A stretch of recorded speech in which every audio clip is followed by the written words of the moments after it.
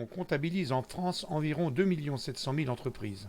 Nous allons donc aborder leur fonctionnement et leur organisation. Pour fonctionner, une entreprise doit disposer d'installations telles que des locaux et des équipements. Les salariés y sont plus ou moins nombreux selon le type d'entreprise.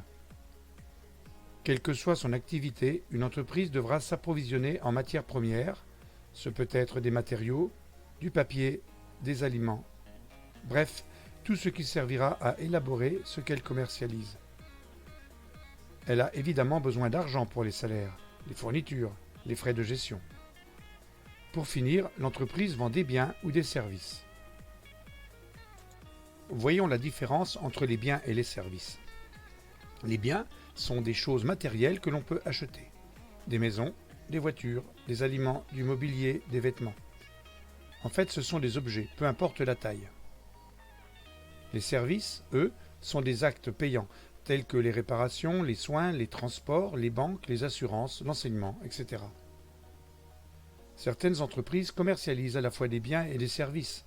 Par exemple, une pizzeria peut vous permettre de consommer une pizza sur place, c'est un service, ou vous vendre une pizza à emmener, c'est un bien.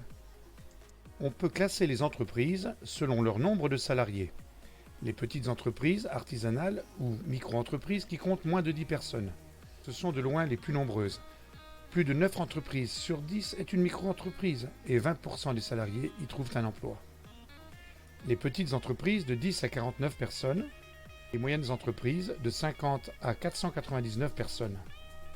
Les plus grandes entreprises, au-delà de 500 personnes, elles sont très peu nombreuses, mais comme elles sont très grandes, elles fournissent presque un tiers des emplois. Le secteur primaire concerne la collecte et l'exploitation directe de ressources naturelles, telles que matériaux, énergie et certains aliments. Le secteur secondaire concerne les industries de transformation agissant sur une matière.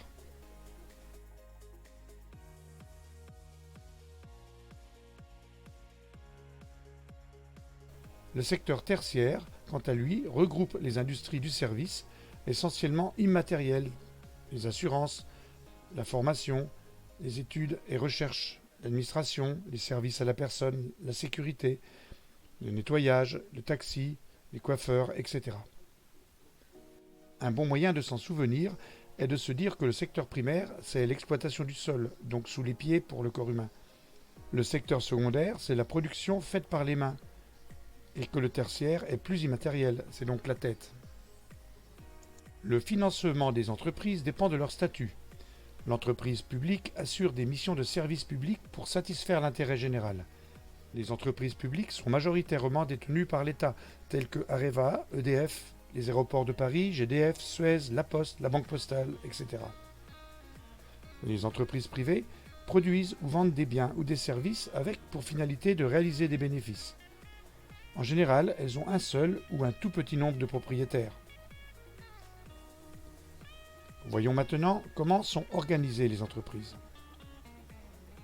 L'organisation des différents services est représentée par un organigramme dans lequel figurent les différents services, comptabilité, production, gestion du personnel, ainsi que les niveaux hiérarchiques, directeur, chef de service, chef d'équipe. Une entreprise possède des représentants du personnel dès que l'effectif dépasse 11 salariés. D'autres instances sont représentatives du personnel. Les délégués du personnel, ils sont élus par les employés dans les entreprises de plus de 11 salariés.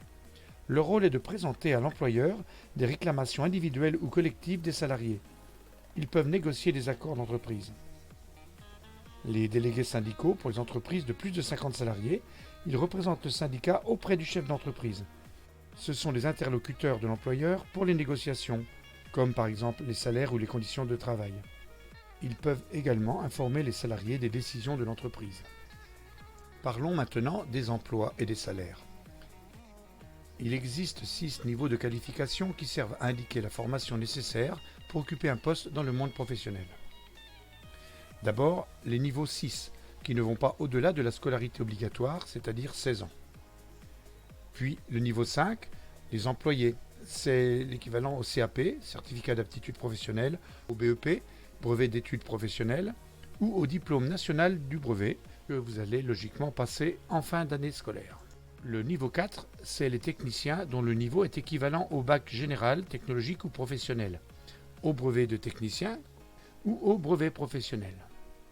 Le niveau 3, ce sont les agents de maîtrise, équivalents au niveau bac plus 2, tels que BTS, le brevet de technicien supérieur, DUT, diplôme universitaire de technologie. Pour finir, ce sont les niveaux 1 et 2, c'est-à-dire les cadres. Leur diplôme est égal ou supérieur à bac plus 3 années, c'est-à-dire licence, maîtrise, etc. Ce classement aide à la mise en place d'une grille de rémunération présentée sous forme d'un tableau élaboré par l'entreprise. Elle tient compte des salaires moyens dans ce métier, du niveau d'études, du coût de la vie. Sont également pris en compte l'ancienneté, l'expérience, les niveaux de responsabilité, la formation continue, etc.